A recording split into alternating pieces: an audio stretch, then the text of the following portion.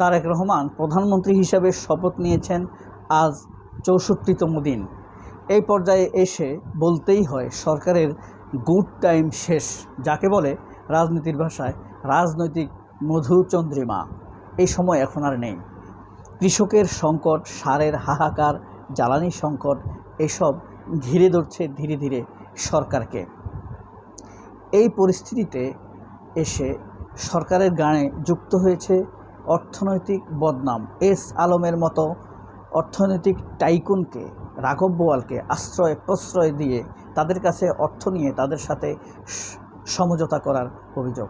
এরই মধ্যে সহিংস হয়ে উঠছে চট্টগ্রামে লেজে পা দিয়ে শিবিরের সাথে অহেতুক সংঘর্ষে লিপ্ত হয়েছে ছাত্রদল। ইরাক ইরান যুদ্ধের বেনিফিট নিতে পারছে না সরকার, বারবার বাংলাদেশের জাহাজ আটকে দিচ্ছে কেন ইরান? দোষ কার? তারেক রহমান সরকার নাকি পররাষ্ট্রমন্ত্রী নাকি আমলাতান্ত্রিক জটিলতা? এদিকে সরকার ষড়যন্ত্র শুরু করেছে আমির হামজাকে গ্রেপ্তারি পরোয়ানা জারির মাধ্যমে। নারী আসনে সংরক্ষিত নারী আসনে মনোনয়ন দেওয়াকে কেন্দ্র করে জামায়াত এবং বিএনপির মধ্যে নানান রকম তুলনা হচ্ছে সারা বাংলাদেশব্যাপী। সাধারণ মানুষের মাঝে, চায়ের দোকানে, কফি হাউসে, বড় বড় রেস্টুরেন্টে, রাজনৈতিক আড্ডায়, সবখানেই এখন এসব বিষয় নিয়ে আলোচনা হচ্ছে। প্রিয় বন্ধুরা, আজকে সরকারের গুড টাইম শেষ। কৃষক দিশেহারা, সারের সংকট, জ্বালানি সংকট। এস আলমের সাথে সরকারের সমঝোতা হয়নি বলে সালাউদ্দিন আহমেদ জানিয়েছেন। এই কথা বলতে হইল কেন? মানে মানুষ সন্দেহ করছে শিবিরের সাথে ছাত্রদলের সংঘর্ষ, এইসব কাদের ইঙ্গিত? তারেক রহমান কি এইসবকে আশ্রয় প্রশ্রয় দিচ্ছেন? ইরাক ইরান যুদ্ধের ছোঁয়া সুবিধা নিতে না পেরেও অসুবিধার মধ্যে কেন বাংলাদেশকে পড়তে হচ্ছে? আমির হামজার বিরুদ্ধে গ্রেপ্তারি পরোয়ানা জারি রাজনৈতিক কোনো স্বাভাবিক ঘটনা নয়। নারী প্রার্থীরা কিভাবে সংসদে কাজ করবেন, কিভাবে কে নারী প্রার্থীদেরকে মনোনয়ন দিয়েছে, সেই সকল বিষয় নিয়ে আজকের দৈনিক আমার দেশ পত্রিকা তাদের নিউজগুলো করেছে। আমরা অনেকগুলো, প্রায় 244টা নিউজ রয়েছে ছোট বড় মিলিয়ে আজকে। এর মধ্যে 7টি বিষয় নিয়ে আমরা আজকে আলোচনা করব। এর মধ্যে একটি জিনিস আপনাদের কাছে পরিষ্কার করে রাখি। এখানে 2টি হেডিং দেখতে পাচ্ছেন। ডিজেল সারের সংকট, চড়া মূল্যে দিশেহারা কৃষক, আর সরকারের মধুচন্দ্রিমা শেষ। এটার চাইতেও আমার কাছে মাহমুদুর রহমানের এই লেখাটি গুরুত্বপূর্ণ মনে হয়েছে। এই কারণে আমি এটাকে সবার আগে দিয়েছি। প্রথমত, সরকারের গুড টাইম ছিল প্রথম 1 মাস। কেউ সরকারকে সমালোচনা করছে না। মিডিয়াগুলো শেখ হাসিনার ফ্যাসিবাদী আমলের মতোই তারেক রহমানের পক্ষে কথা বলে যাচ্ছে। উপস্থাপকরা তারেক রহমানকে ফেরেশতাতুল্য হিসেবে গড়ে তুলছে।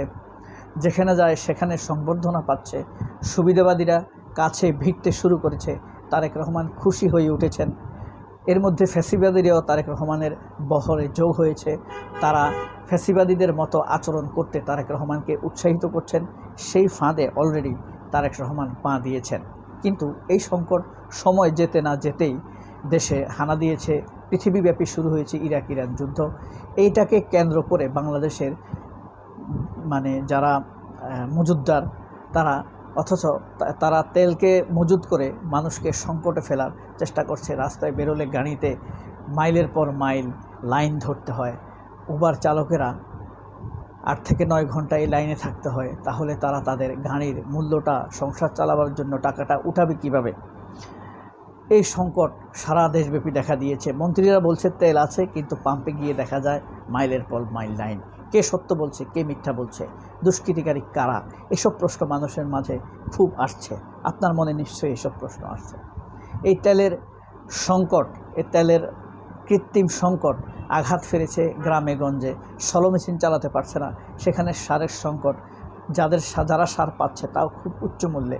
সাধারণ কৃষকদের মধ্যে মারাত্মক হাহাকার দেখা যাচ্ছে। এই বিষয়গুলো কিন্তু নানানভাবে অ্যাটাক করতে শুরু করেছে সরকারকে। এ কারণে তাদের মধুচন্দ্রিমা শেষ হয়ে গেছে।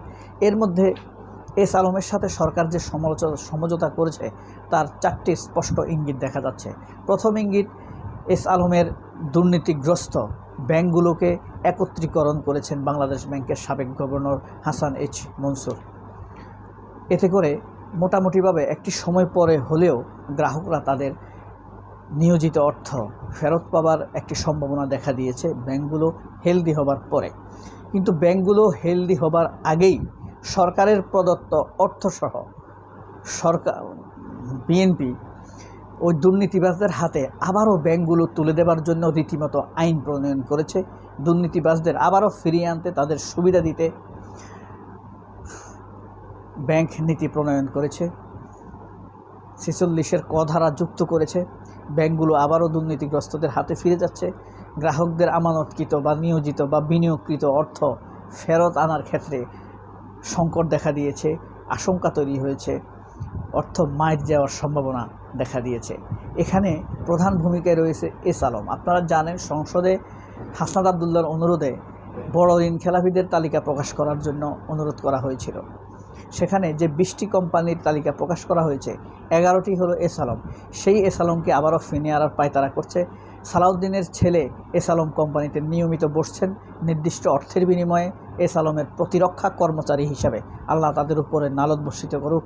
যারা মানুষের, জনগণের অর্থ মেরে দিয়েছে, তাদেরকে যারা রক্ষা করছে, তাদের বিচারের ক্ষেত্রে যারা প্রতিবন্ধকতা তৈরি করছে, তাদের আল্লাহ যেন আমাদের শাস্তি দেখায়। খুব কষ্ট লাগে। প্রবাসীদের নিয়োজিত অর্থ একসময় বাংলাদেশ কী ধরনের সংকটে পড়ে যেতে পারে। এদিকে অপ্রয়োজনে ছাত্রলীগকে পুনর্বাসন করার জন্য আবারও ছাত্র শিবিরের উপরে হামলা করার নগ্ন নজির দেখিয়েছে ছাত্রলীগ স্টাইলেই। চট্টগ্রামে আপনারা জানেন, দেয়াল লিখনের মধ্যে লেখা ছিল ছাত্রলীগ মুক্ত ক্যাম্পাস চাই। এই ছাত্রলীগকে কেটে দিয়েছে ছাত্রদল।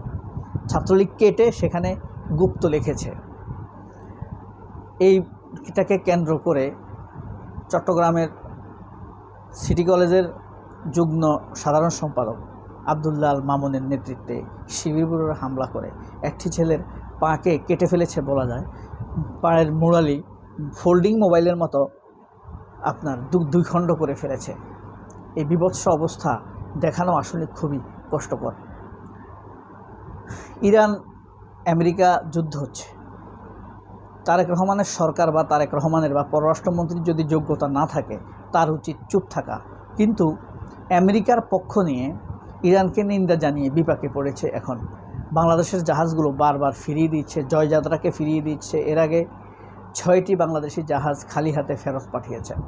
এই অযোগ্যতা হলো আমাদের পররাষ্ট্রমন্ত্রী খলিলুর রহমানের। আমির হামজার বিরুদ্ধে গ্রেপ্তার পরোয়ানা জারি করেছে একজন এমপির বিরুদ্ধে, শুধুমাত্র দুর্নীতি নিয়ে কথা বলার কারণে, ঘুষ নিয়ে কথা বলার কারণে। তিনি বলেছেন কুষ্টিয়ার ডিসি কয়েক কোটি টাকা ঘুষ বিনিময়ের মাধ্যমে কুষ্টিয়াতে ট্রান্সফার হয়েছেন। এটা বিশ্বাসযোগ্য। আমি ফেসবুক স্ট্যাটাস দিব, আমি আমির হামজার পক্ষে।